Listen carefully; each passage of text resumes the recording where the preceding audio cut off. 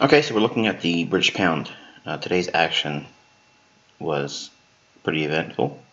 Not surprising. We were looking for this last night on our mentorship.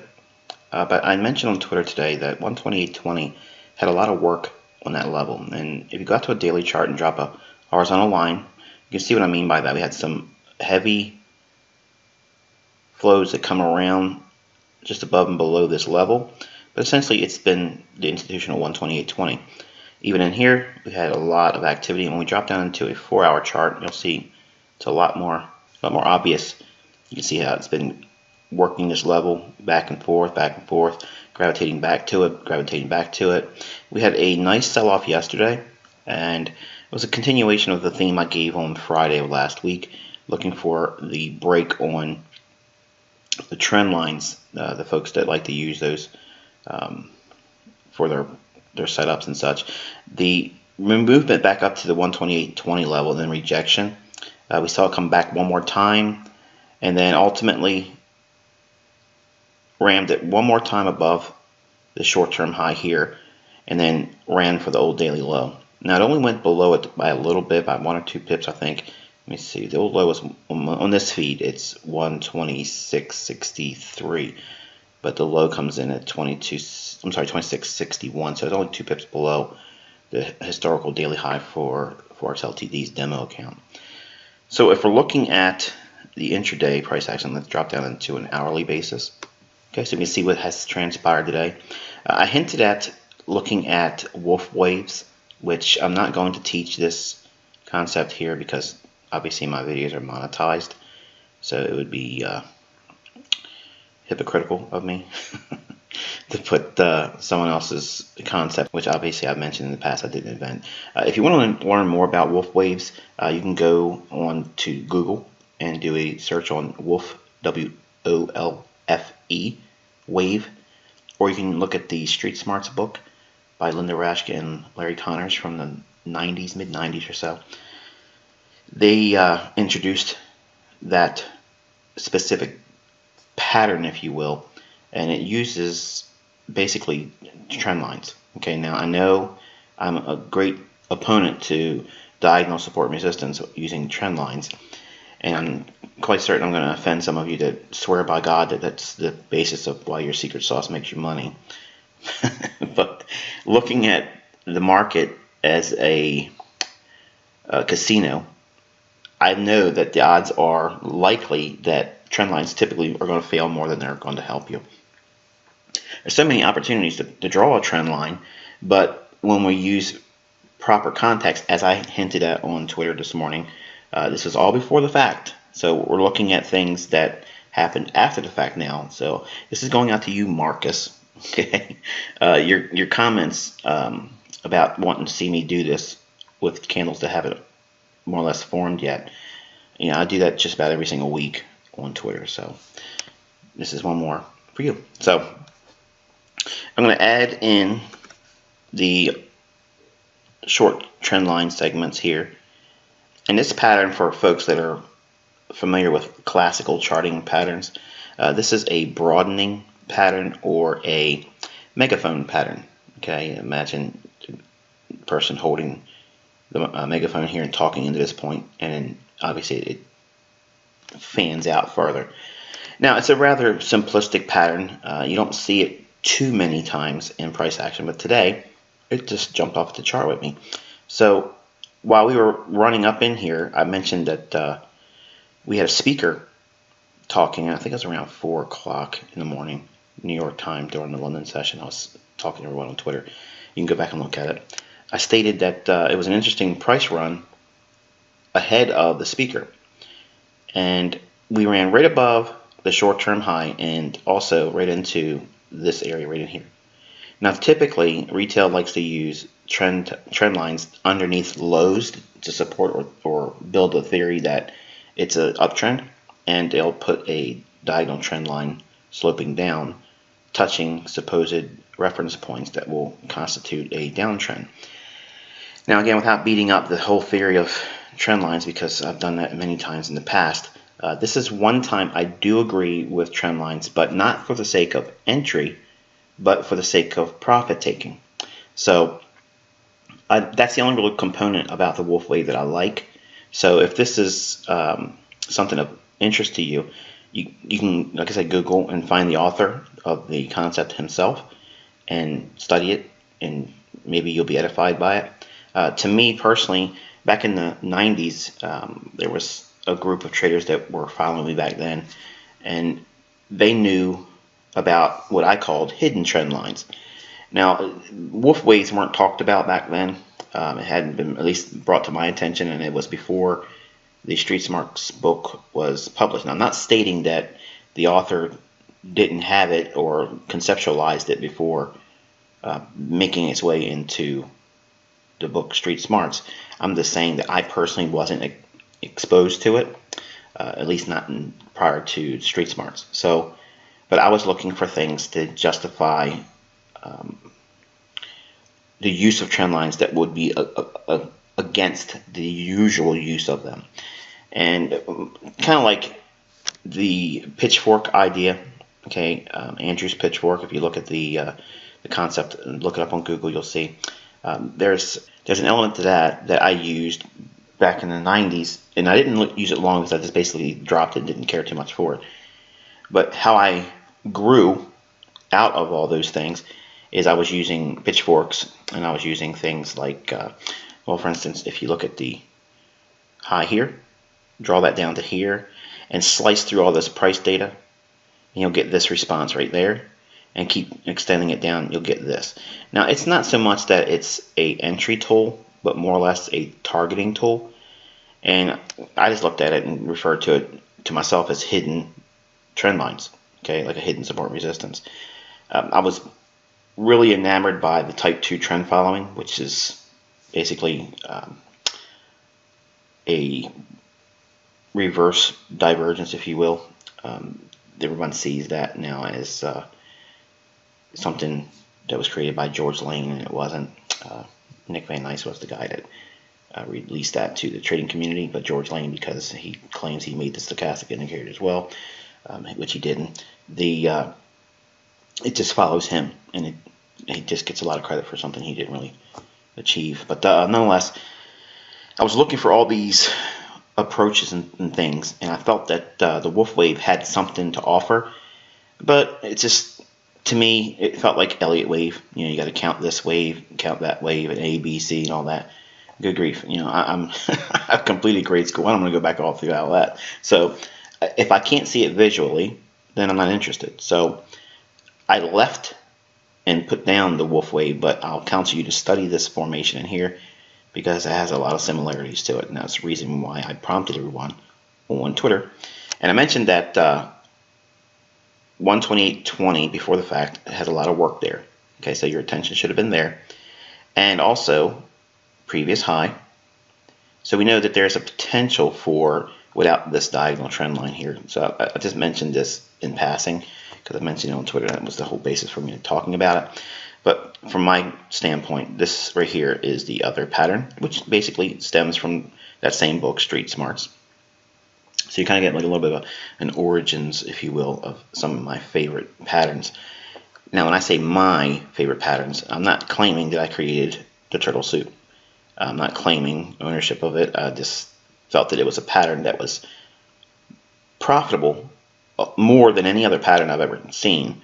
And that's one of the patterns I love. It's a stop run, and a stop run could be an exit on an existing trade, or it could be a new entry. So with that said, you can see price did in fact run up in here post the speaker. The London session created that whole carnival-like atmosphere where we had this really big run up in here. And I'm not going to show you or play back the mentorship video, but the folks that are in the mentorship, go back and listen to that when I'm talking about the cable. You can see that in here we're talking about buying the open, looking for a run up and a rejection, and then selling off into London close into this level down in here. That's exactly what we see here. I'm going to drop down into a 15-minute time frame, and we'll look at that from this time perspective. And you can see it's a lot more animated this way, but we have a nice price run here initially for a London run. Buy stops taken. One more time, sends it up, breaks down. We have a market structure break right in here. Okay, once the structure breaks, we have one more rally up into what? Bearish order block. This is all free tutorial level stuff. So if you look at the low, it's 128.18. So it could trade up to 128.20 institutional, but from my personal taste, 128.15 would be an ideal entry point. The high comes in at 128.18, perfect to the pip, as you would expect with ICT concepts, and the market trades off precipitously. We have a liquidity pool in the form of sell stops resting below here, equal lows right here, so the candle land right here, and we have candle land right over here. And we have the old low on our chart. So if you don't have these reference points, the chart's going to look, well, lackluster, and it's not going to provide any prognostication, or at least give you some framework to justify an idea or find a context within the price action. So when we have these daily levels and we have critical intra-week highs and lows, the basis was I was looking for a weaker British pound. I've been looking for it to trade below this low in here. Now, I'm not convinced that this is obviously the end of it because it's just too shallow of a run. To me, I think this was just a lot of folks taking profits on a logical level on a daily chart. And I think it would be advantageous for us to study collectively as a community if there's any willingness to want to go down below that. But the idea of trading inside this, I'm going to drop down to a 5-minute chart and then a 1-minute chart, and you'll see why. 1-minute chart. So we have the 128.20 level in here, and price creates a run above it, collapses, market structure break, run up again into that bearish order block. Okay, we can sell short 128.05. I want to stop. I don't have to worry about buying it up here because it could have ran continuously. But if I put a stop below the market and it runs down to my order, then in theory the work over here is already done, and I'm also getting in line with the institutional order flow and short-term momentum. So you can see all of the price runs in here. Go back and look at Twitter, you can see all of my my exits and such. All of those were capitalizing on 20 pip runs. There was one that got away from me. I think I got only, I think it was 19 pips. It may be 18 pips, but it was real close to it. It was just shy of the 20 pips. Then I got it back with an extra pip or two on the last piece. But all I was doing was working inside the context that we had already created the daily high up here. Okay, and I was aiming for a run into London close down here. Now, obviously, there's a lot of folks follow me, and they do their own services, and I'm quite certain if I say anything on Twitter, and this is going to sound arrogant, but it is what it is, if I post something about a particular market, it only takes a second for someone to reword that in their own text or tweet and post it, and it looks like they're a rock star. So I kind of keep things vague, and my mentorship knows that I fancy dance the entries and my exits for a reason. Not only because I have people wanting to follow me verbatim, and also because of the folks that are watching. Okay, so if I use a particular broker, I don't want to always be good or always be perfect. I want to have some muddiness to my entries and exits. Sometimes they might be a little sloppy. Sometimes they may be a little bit before the fact. In other words, before the big ideal exit, okay, or the perfect entry. I'll fluff it up a little bit. Sometimes I'll get in the move after it's moved like 5 pips and not basically buy when it's a great bold-faced candle. That's what I teach in theory, but because I'm a firm believer that brokers will absolutely start manipulating your fills. Okay, they can say, well, you know, do a requote. I've experienced that a lot. And if you've ever done any live trading, you can see how frustrating that would be because it's going to be done at the most ill-opportune times for you looking for a fill or an exit when they're letting price run because it's already showing increased volatility.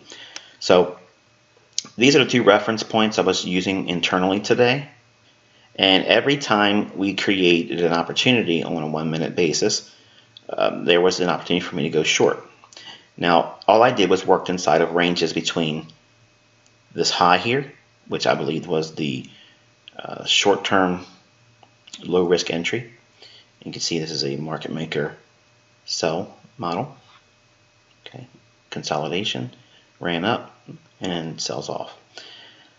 I was anticipating all of the price moves in here that would constitute another run lower on 20 pips. So if I knew that this was the likely high of the day, and this area right in here was kind of like a high probability turning point, and this is where I'm aiming for my target, all I have to do is work within that range and break it down into 10 or 15 or 20 or 30 pip ranges, and then I can see how I can enter that, and I don't have to be entering on an up close candle because I'm already in sync with institutional order flow. Everything is in line, so I don't really care really. I mean, as long as I'm getting in and my stop is going to be reasonable. What's reasonable? 15 pips. So if I'm doing 15 pips to make 20 just to showcase multiple entries, multiple exits, multiple entries, multiple exits, just to show you how easy it is to capture a weekly haul of 25 to 30 pips just once a week. That's all you got to do, and you build a career with that. Now, obviously, it takes a great deal of discipline and patience to get to that level and only be able to focus on one specific criteria or setup. But this is just one more evidence to the principles that I teach in the free tutorials. That's all I showed you here. Okay, we were looking at a higher time frame premise. We were looking for a Judas swing. This was a little bit of a exaggerated or extended stop run. But if you are in my mentorship, go back and listen to it. You'll hear that we're going to be studying the open to close relationship. Buying on the open, it means running up, looking for a rejection, then selling off, a la Judas swing, and then trading lower into London close, targeting this level here. You can't get any better than that to script. It's laid out perfectly before the fact, and here it is. Now, what do we do with this going forward? We just basically wait. You sit on your hands because it's a non-farm payroll week, and I teach all of my students to try to capture your pound of flesh before Wednesday's New York Open, and then sit on the sidelines and spectate only, don't speculate, on Wednesday afternoon, Thursday all day, or on non-farm payroll. So hopefully you found this insightful. Until I talk to you next time, I wish you good luck and good trading.